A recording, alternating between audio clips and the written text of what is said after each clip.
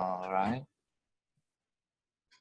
We have the reservation for this room. It's 605J. Okay, great, I can great. show you the, just 1 second. Oh, sorry, it's 3 o'clock. Yeah, it's okay. Yeah. All right. Okay, hello everyone. Good afternoon. My name is Krishna Besta, Associate Professor of Higher Education at Morgan State University in Maryland. I would like to welcome everyone in our joint webinar series, which is brought to you by the Comparative and International Education Society Study Abroad and International Student Special Interest Group, Journal of International Student, and the STAR Scholars Network. This is our 6th event in the series. In our series, we aim to explore the issues related to international education, study abroad, and transnational collaboration, and global social mobility among scholars from these 3 professional communities in the current context of political turmoil and uncertainty. Scholars interested in student mobility, international research, and collaboration across the national borders, cultural borders are invited to join this conversation. This afternoon, we are so fortunate to have a panel of editors from different professional peer-reviewed journals, and they are also expert in their fields. The main objective of this afternoon session is to share the perspective of the editors of the academic journals related to their experiences of working with authors, tips and suggestions for publication, and the current and future trends of publication in the field. And our invited editors this afternoon will keep you informed their expectation from the authors. For example, how should you respond to the reviewers' feedback? Is there a particular structure to write a paper for their journals? Is it worth revising and resubmitting when a paper is not accepted for publication? And in this session, we ask journal editors from a range of backgrounds for their tips on getting published. I would also like to take a moment to recognize 198 members who registered for this session, and those who are listening us from the University of Toronto, Western University, Canada, and many other parts of the United States and the beyond. So I welcome everyone. This afternoon, we have invited the editors from different journals, and in a minute, I will introduce them. And now we are planning to use 4 general questions to structure our 60-minute conversation around the research publication, followed by Q&As. As I ask questions to our panelists, please chime in to advance conversation, taking your turn, focusing on the research topics. And for audience who are listening us, please use the chat room, and we have Janet to moderate the questions, or you can also send us your question via email. And on a technical note, before we start, I would like to ask everyone to click on the microphone button and mute themselves while not speaking, but remembering to unmute yourself before starting to speak. You can also turn off your video if a pet or child makes you want to disappear. If you lose the connection, please go back to your email and look the session link. If nothing works, you can join us using the dial-in numbers that we provided via emails. So the session is being recorded, so I welcome everyone to this joint webinar session. And now, to begin the sessions, before we begin this session, I'd like to ask our guest panelists to introduce themselves. Please include your name, affiliation, and area of interest, or the journal editorship. So panelists, now please go ahead and introduce yourself. Hello, this is Basu Sharma. Welcome, Dr. Sharma. Dr. Krishna, greetings. Greetings. And Dr. Sharma is joining from University of New Brunswick. He's the editor of the International Journal of Comparative Business. Next. Hello, my name is Uttam Gali, if I may. Yeah, I work at Morgan State University together with Dr. Bista. I am in the Community College Leadership Program here in the School of Education and Urban Studies, and I am the editor of the Journal of Underrepresented and Minority Progress. Thank you, Dr. Sharma. Next. My name is Amani Saleh, and I am professor at the Center for Excellence in Education at Arkansas State University and the editor of the Journal of Interdisciplinary Studies in Education. Thank you, Dr. Saleh. Hi, I'm Dr. Chris Glass. I am the senior editor for the Journal of International Students and an associate editor for Higher Education, Politics, and Economics. Thank you, Dr. Glass.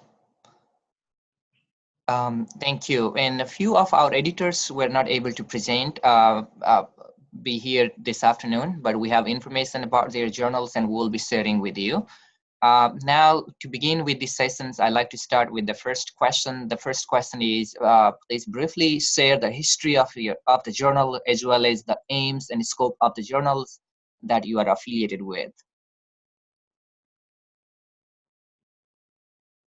Anyone, Mr. Volunteer? In any order? It's fine. Whoever wants to go first, it's fine. I will start. This is Basu Sharma, editor of Journal of Comparative International Management. This journal I started about 20 years ago, and it is devoted to publishing high-quality articles in the field of comparative international management for advancing understanding and organizations of management practices around the world through theoretical and empirical research. And generally, there is very little research published in journals published in North America about developing countries and management practices in those countries. So my emphasis is on getting papers, good research related to developing countries' management practices. Thank you. I'm Amani Saleh. I'm the editor of the Journal of International Student.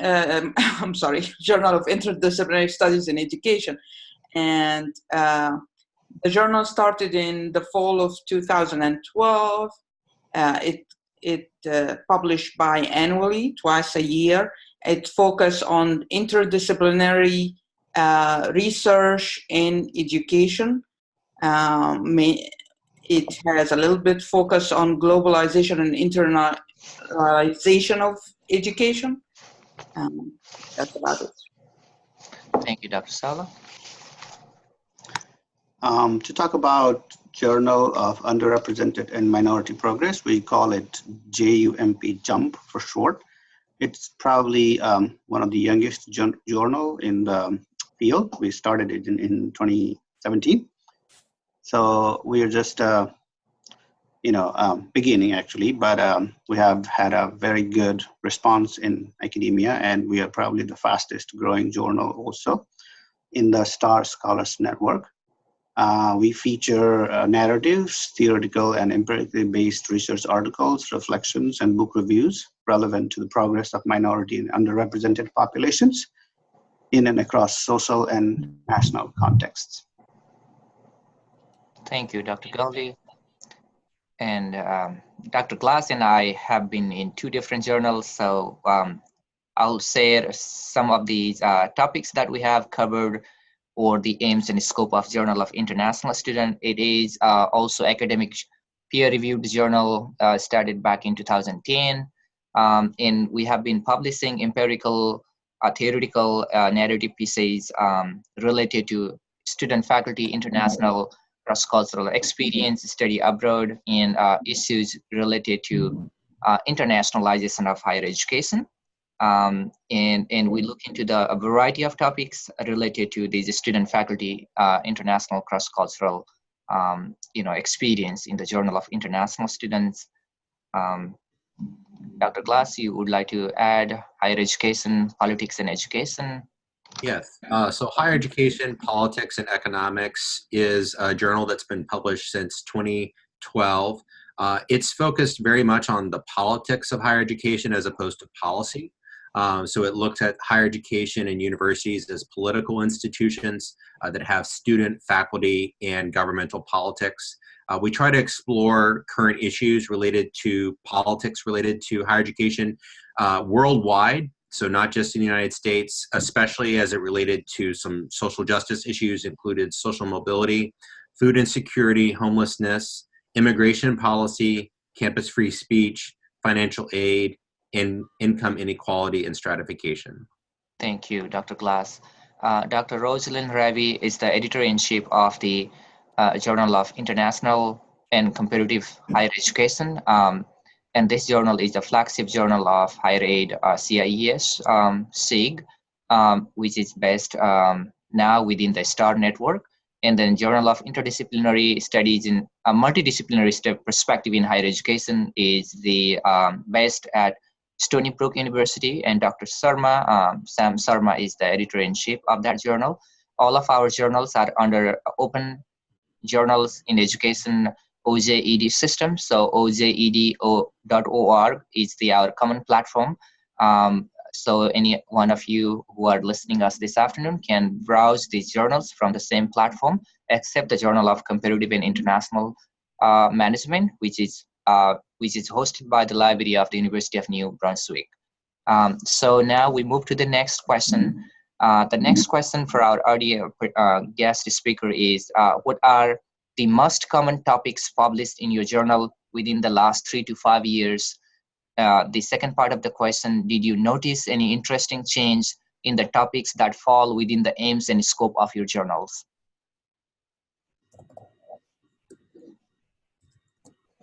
Can I go first? Sure. Mm-hmm. Okay.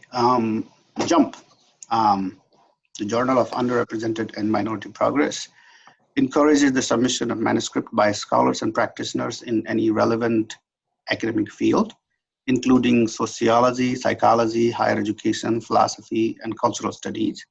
We haven't been old enough to notice any significant change in the field, but the journal is international in scope, and it includes work by scholars in a wide range of academic fields, including psychology, religion, sociology, business, and social work. But the focus is, again, on the underrepresented and minority population.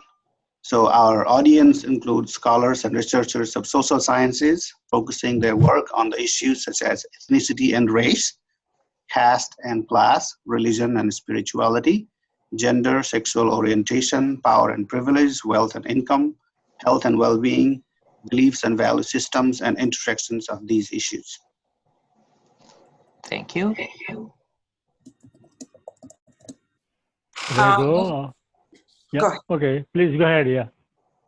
The Journal of Interdisciplinary Studies, the focus is on the interdisciplinarity of the field in education. So a majority of the submissions we accept and publish have to deal with some kind of interdisciplinary approach to education.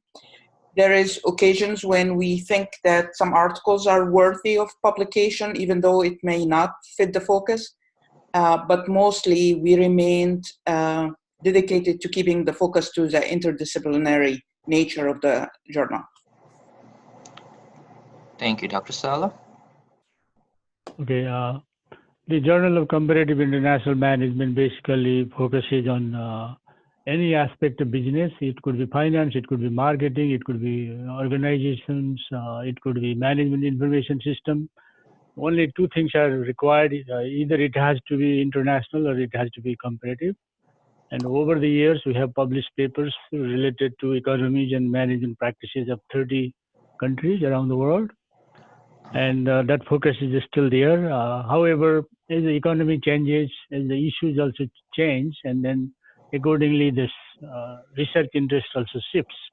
Like, for example, in the last 5-8 years, after the Great Recession of 2008, people have started to talk about too big to fail, problems of ethics in business, and the technological changes.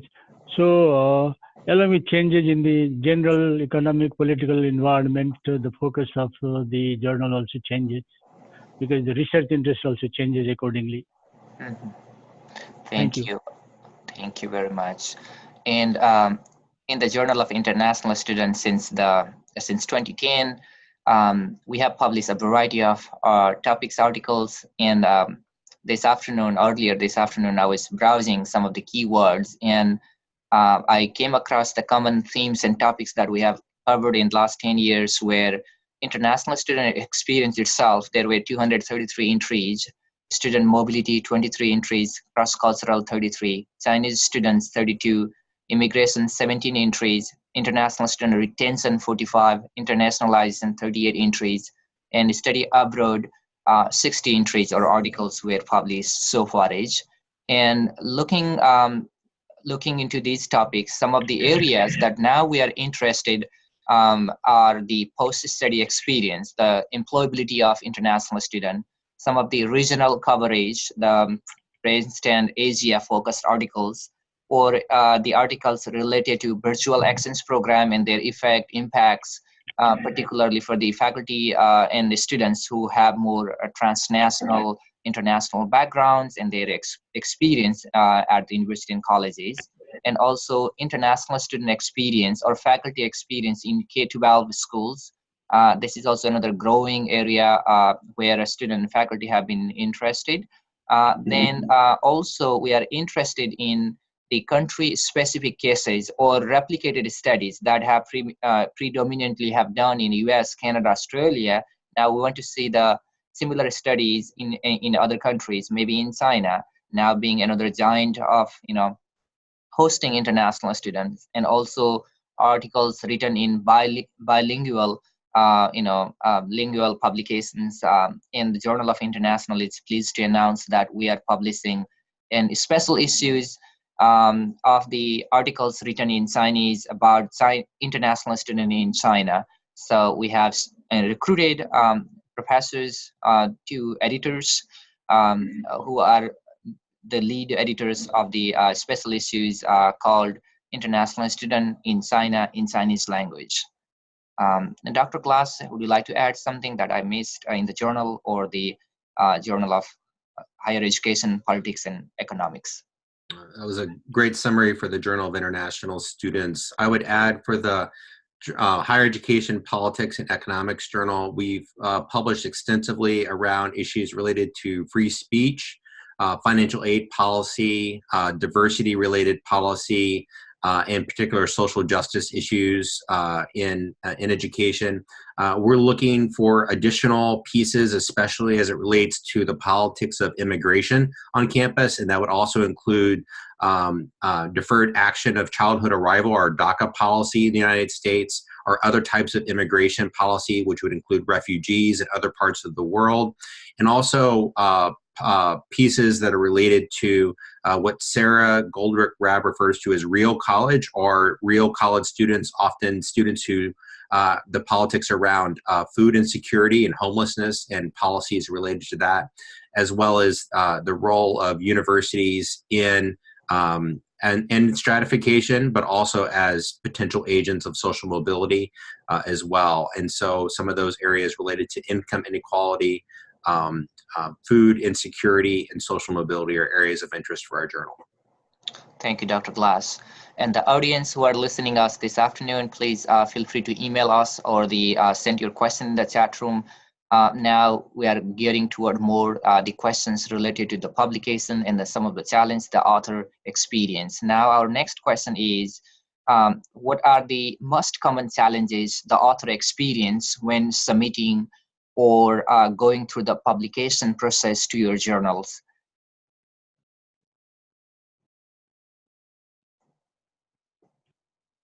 I may. Sure. I will just share one. Mm-hmm. We are receiving very, very good articles with good research. We're still struggling with one big item of APA style writing and styling. Mm-hmm. This has been a big challenge, a most common one, I would say. And we are also transitioning to a new system, which is great, but there have been some hiccups in the system navigation for our authors. But I know it's gonna go away with the great help of Dr. Glass in the backstage maintaining this system, OJED, which I really, really love. And I wanted to take this moment to thank Dr. Glass for being the person who you are and helping all the Star Scholars Network journals. Thank you. Great. Dr. Glass would like to add something? Yeah, I mean, I would say the thing I think we look for in the publication process, I would say, is I think all of our journals get many manuscripts. And so the very first thing that I look for as an editor is a manuscript that really has a fresh core central idea. And so there's a balance between trying to find something that fits the journal's aims and scope, but also recognizes that the journal is looking for fresh perspectives as well. And so I know particularly when I see a manuscript that has a different methodology than we published extensively on, I'm interested in that manuscript. If that manuscript focuses on from a perspective or a place in the world that we haven't had represented, I'm very interested in that manuscript. And then if the manuscript has a well-written abstract and title that really captures the imagination and would capture the imagination of our readers, the thing I'm eventually thinking about as an editor is this going to be interesting to our thousands of readers when we publish this? When we publish this next issue, is this idea, this piece of research going to be something that they would want to click on when we do that? In other words, something they would want to click on and read. It would inform their research and practice, and it could inform research in the field. And so when I'm going through articles, one of the things I find is that there's titles that sometimes are fairly stale, and other titles capture the imagination and communicate the unique contribution that author is hoping to make to the field. And they tend to be quite attractive in terms of wanting to send those out for review, and then working with those authors to make sure that those are published. There may be times even when the authors might need work. I would say all of our journals are quite supportive. We're not a traditional type of cutthroat academic publishing. We're very supportive, especially for authors from any parts of the world and different perspectives, to work with them to make sure that that idea is expressed and they can be recognized for their excellent work. Thank you, Dr. Glass. Dr. Sarma, would you like to add any suggestions? Yes, sir. Mm-hmm.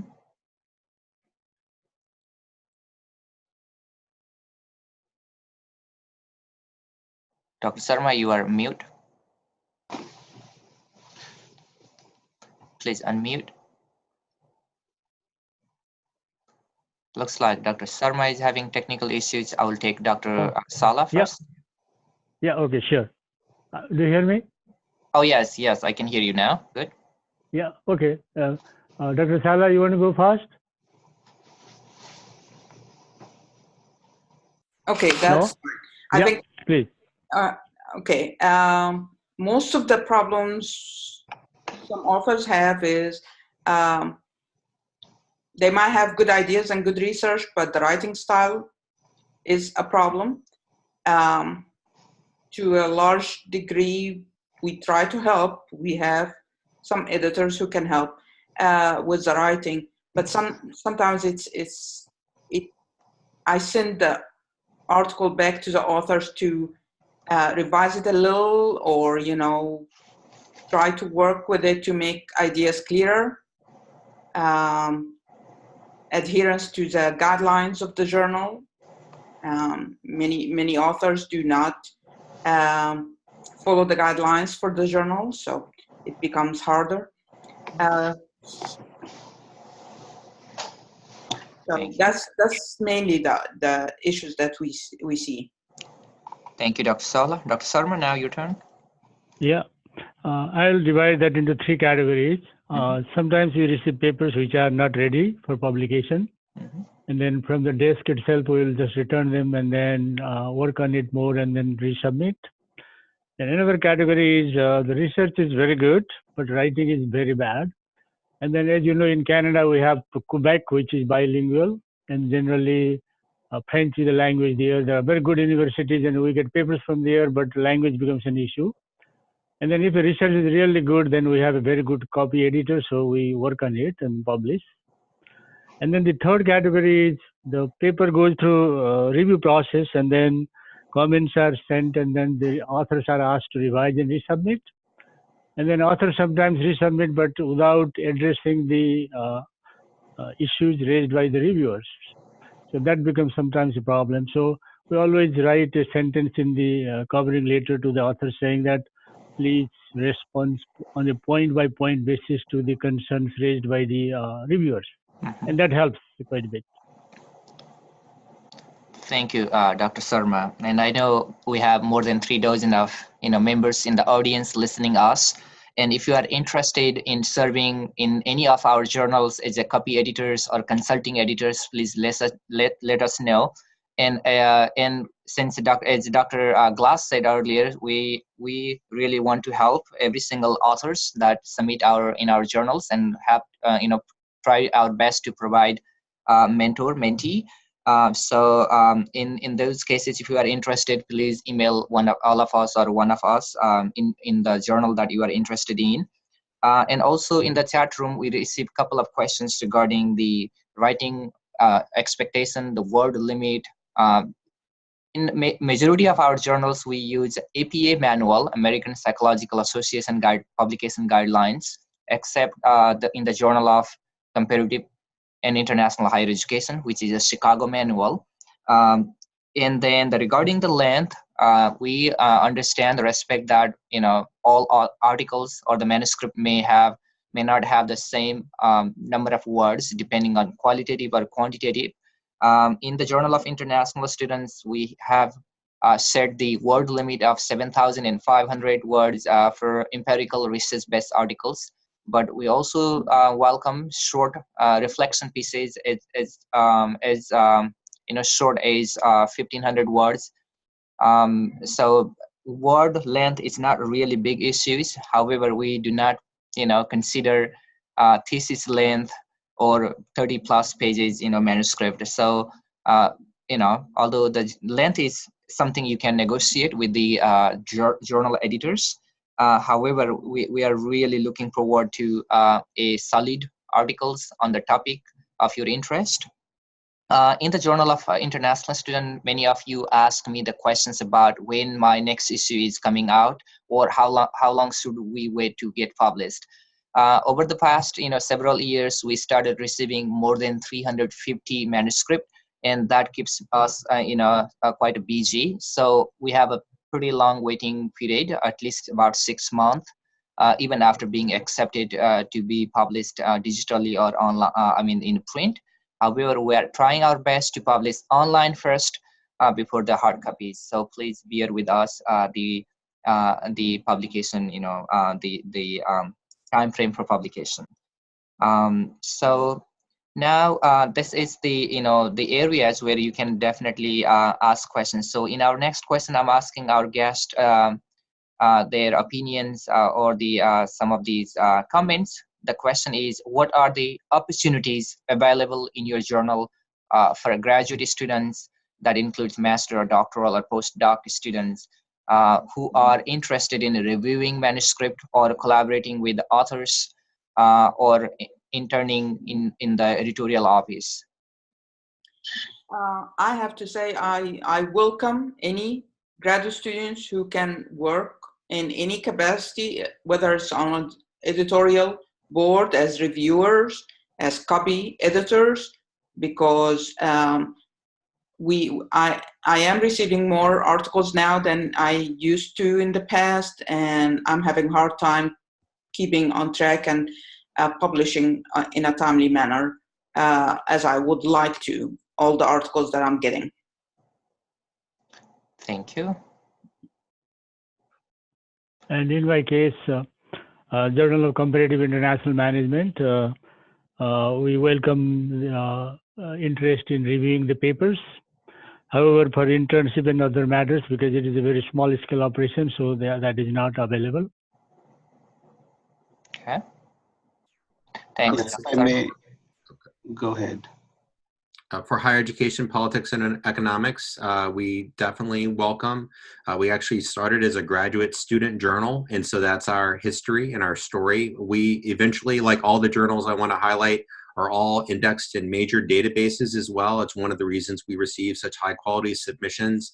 And I encourage you, if you are hesitant, I think all the editors here are supportive and would hope to mentor you through the process. You don't have to start off doing the highest role. You can start off as a reviewer or a copy editor as a way to get involved.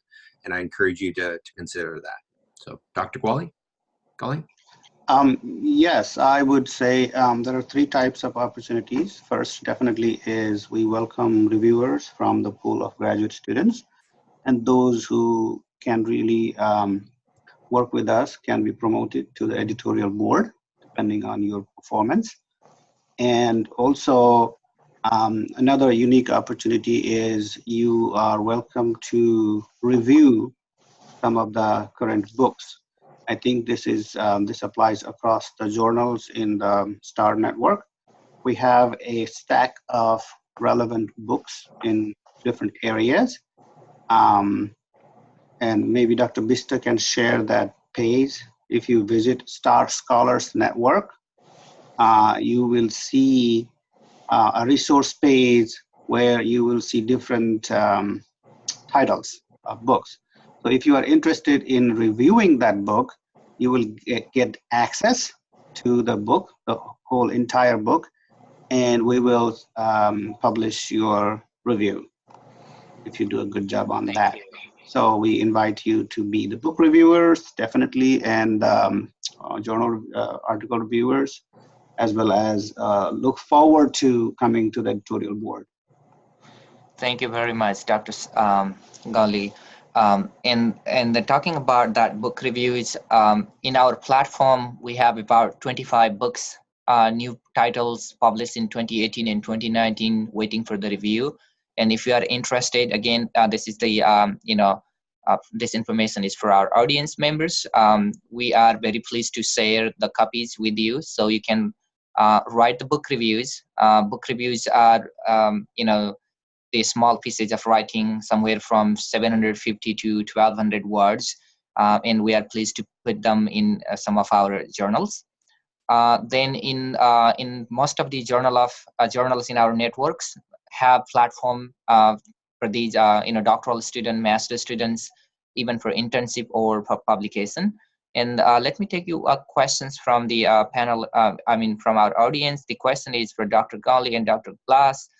The question is here: do you feel like community college or juvenile justice, community college and prisons, and the topics related to your journals, or are you willing to consider these topics?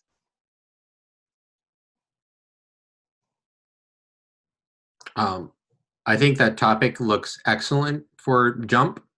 I'll let Dr. Gali speak to that, but it seems to be something that is very much in line with the social justice focus of the, I would agree with his assessment, a very fast-growing publication. Dr. Gali, would you agree? Yes, I agree. Thank you. Thank you, Dr. Glass, for that pitch. I somehow had lost thought on that. But yeah, again, if it is about the marginalized communities, particularly the progress made by those communities to inspire and help and be the voice of that community, we often like to be intentional in selecting the articles that we want to publish, because we want to advance knowledge in the marginalized communities advancement. So yeah, definitely do submit at the JUMP website. Great, thank you. And audience member, participant, please feel free to type your questions. We are very, enlightened to take your questions. I will take the next question here. This is for Dr. Sala. What are the guidelines for your journals? And this question is coming from Mohammed. Yeah, the guidelines can be found on the website, and the website is isejournal.org. So please visit the journal and look at the guidelines, but they're pretty much, we follow APA style, and word count for an article is 4,000 to 8,000, that range. We're not so rigid. If it is a good article and it's a little bit longer or a little bit shorter, we usually accept it.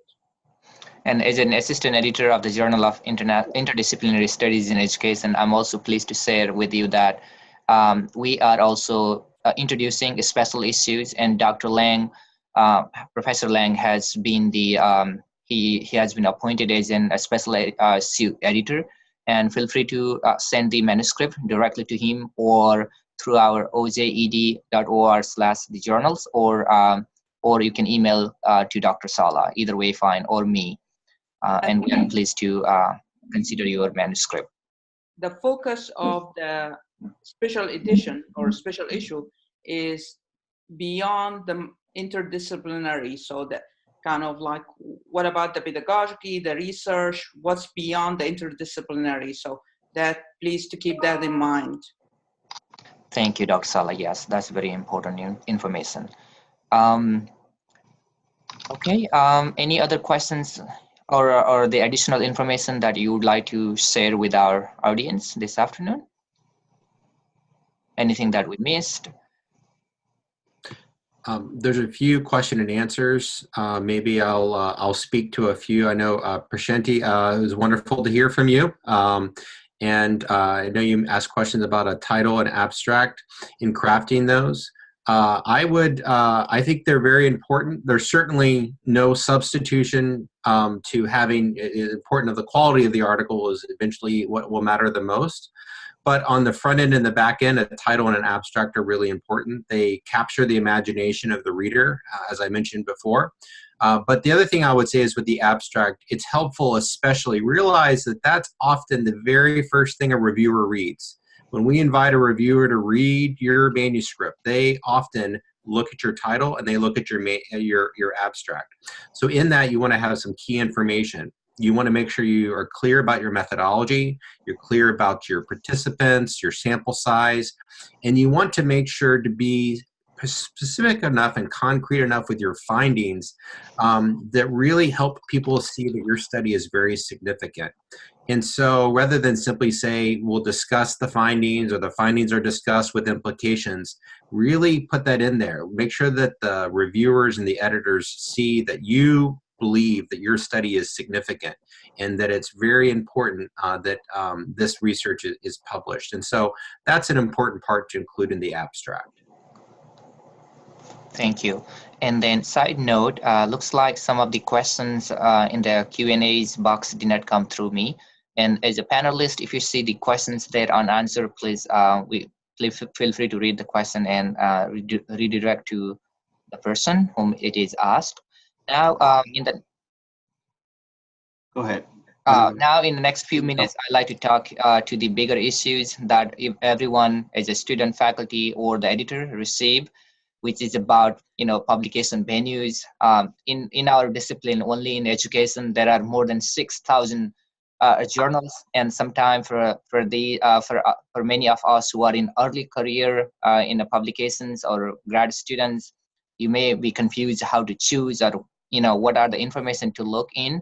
And also there are several predatory journals and the conferences, and some professional organization like the Cabell's Directory of Journals has made a list of, they have categorized the white list and the black list journals, and this is something we recommend you to make sure you check the topic, journal coverage, or the aims and scope, and then information whether it is peer reviewed, how far, how long it take, and what are the appropriate readership, length of time of submission, publication, and any fees for the publication.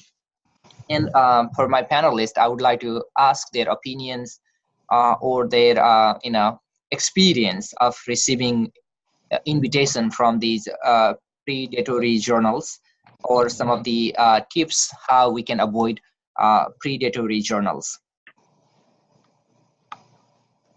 I'll briefly share, and one of the ways I think you can avoid that is to look at where the journal is indexed, as Dr. Bista mentioned.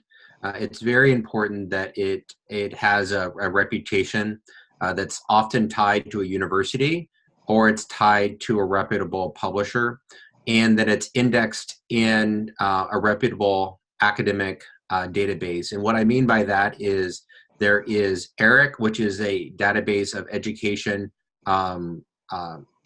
articles there is ProQuest, there is Scopus, there is Cabell's, and usually the high quality journals will basically tell you where they're indexed. If they're low quality journals, they won't mention anything about indexing. And it's important that you basically, indexers are basically a seal of approval that this journal follows ethical standards. The only way you can be indexed is to have and to follow rigorous ethical standards, because you will lose your index if you do not follow high ethical standards of your journal. So I encourage you to look at the websites. Yeah. And then thanks, Dr. Glass. And I also echo in the same line that many of these predatory journals, they brag about high quality of their journals, and which can be false claim about the journal metrics and where it is or they are indexes. So this is also, then you need an extra eye to look into that. Usually when I started the publishing articles I used to run by my mentors, I always ask them where they publish from and what conferences they go. That's something I used in early days. So I'd like to hear additional information if you have any, Dr. Sala and Dr. Sarma. Our university offer a service that I think is really good. The librarians will tell you, they will do some tracking of the journal for our faculty and students. So if you get a journal and you can find decent information about it, the librarians will get you some information about the journal. So they provide like half a page kind of history of the journal and with the scope and how long they've been in the field and so forth. So you might check with your librarian if you cannot. There used to be that list of predatory journals, but that list is not active anymore. The website is not active. All right. Yeah. I can share a few, like Precautions. I mean, one way is to see if they're asking for money, because money is a big driver. Even though not all journals who ask for money are predatory, technically they may not be, but the drive behind being predatory is making money out of this business. So if they're asking for money and also they're giving you some false promises like fast turnaround, like all the reviews are done in a week and you will get the result, and that probably should make you careful. So when you're careful, definitely talk to your peers, see if your senior colleagues have published in that journal. So there are definitely different ways. Again, searching the information about that journal on databases and even the simple Google search can also give you some information. So we are very proud at Star Scholars Network that all of our journals are actually free to authors. There is no submission and publication fee. Again, not all journals that charge you are predatory, but those who give you false promises, if it is too good to believe, it may be in the category. Thank you, Dr. Gully. Okay, yeah. Dr. Sarma, do you have a different experience or something similar in the business? In business, what we have this AACSB accreditation. So they are pretty straightforward about the standard of the journals. So we have several venues to determine what quality a particular journal has. The top one is Financial Times list. There are 50 journals. They are A-star journals. And also, as you know, in business, it is interdisciplinary field. So you have finance, economics, marketing, management science, and all that. So that's quite broad. And then we also have Australian Dean's Business Journal list. So they categorize their rank.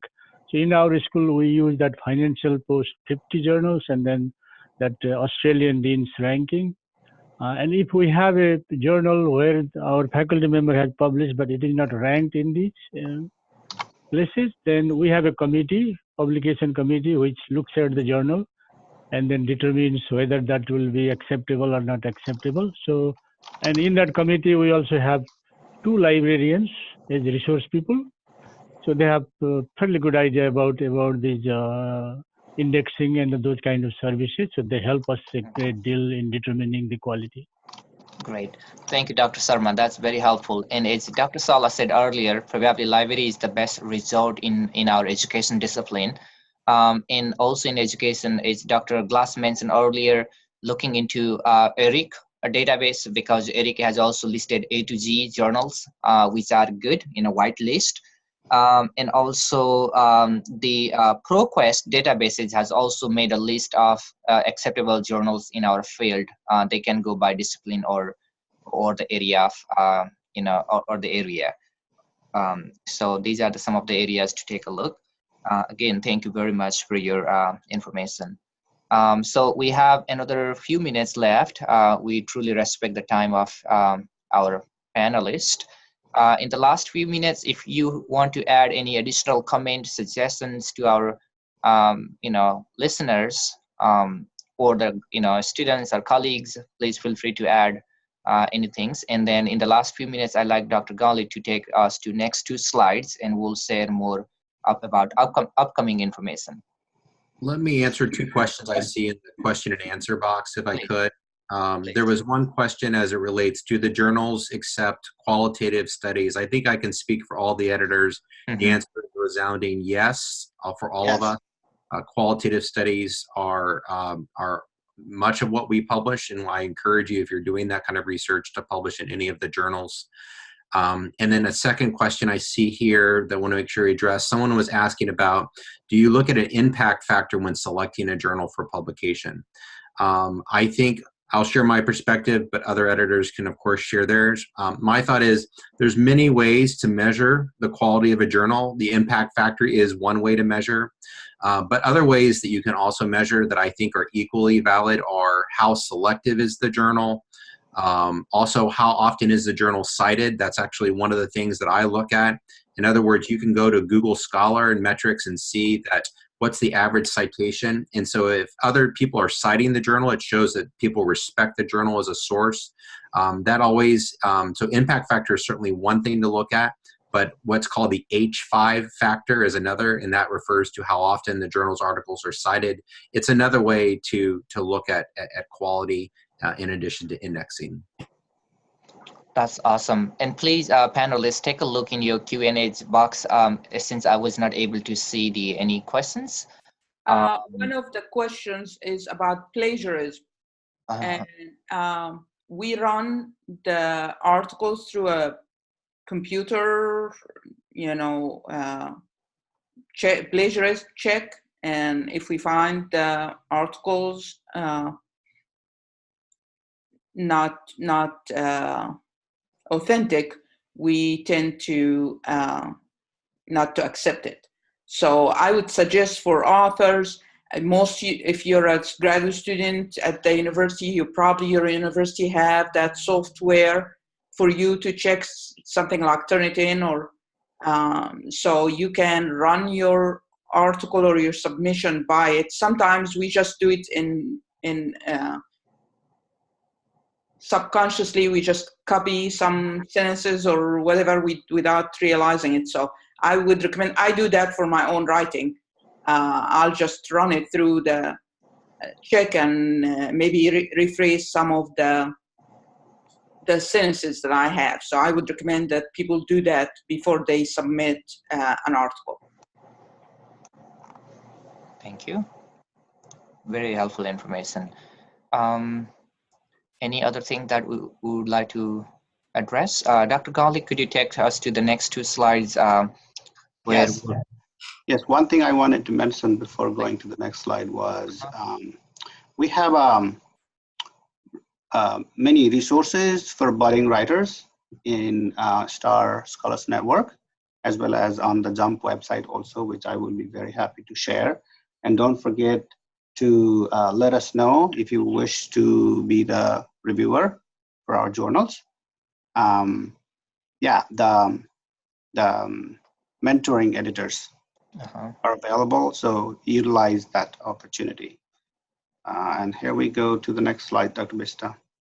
Thank you very much. And this is the place to acknowledge our colleagues, and then for this technical support, we want to thank to Ottawa University, and for the entire sponsorship of our new platform OJED. We want to thank Old Dominion University and the Higher Education Community College Department, and for the printing and running, we want to thanks to AIRC. OJED is a common platform for our six journals that are in our network. In the next slides, we want to share the upcoming event related to conferences. The conference is taking place in California, San Francisco, CIES, and I would like to see all of you in our business meeting. We have scheduled this one for April 16th at 1:30. And also from the Star Scholars Network, we have upcoming conferences in Bangladesh, Dhaka, from May 27th to 29th.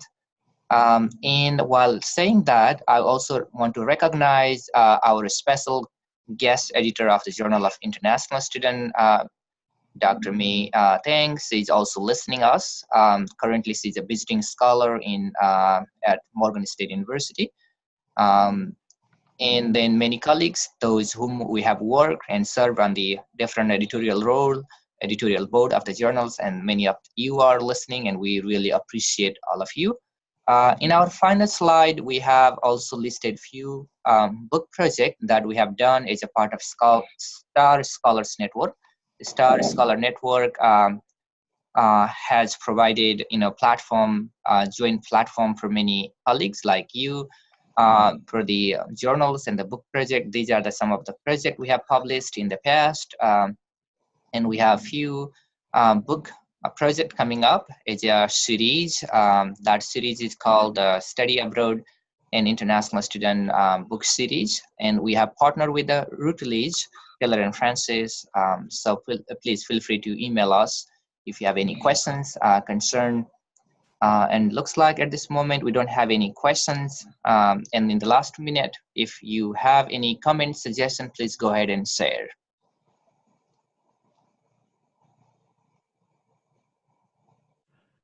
Well, Dr. Bista, thank you very much. This is a very innovative initiative, and I appreciate very much bringing me into this. Thank you. Thank you, Dr. Sharma. I truly appreciate. And thank you, Dr. Bista, for that. And I would share, I think all the editors, we would welcome you visiting our website and contacting us. If you have some specific questions for us, it's very common that prospective authors might reach out and ask a question. I know sometimes there were some questions in the Q&A about the suitability for some articles that you're considering and whether or not they would be a good fit. You can reach out to us. Our contact information is on our websites, and please do so. And thank you, Dr. Bista, and all the support from Ottawa University in sponsoring this wonderful webinar. Thank you very much. Thank you. Likewise, yes, I just wanted to say thank you as well, Dr. Bista, for hosting this, and Janet, thank you for facilitating. And our website is very easy to remember, ojed.org. Right, and a copy of recorded video will be available online, and you will be also receiving in the email. And feel free to say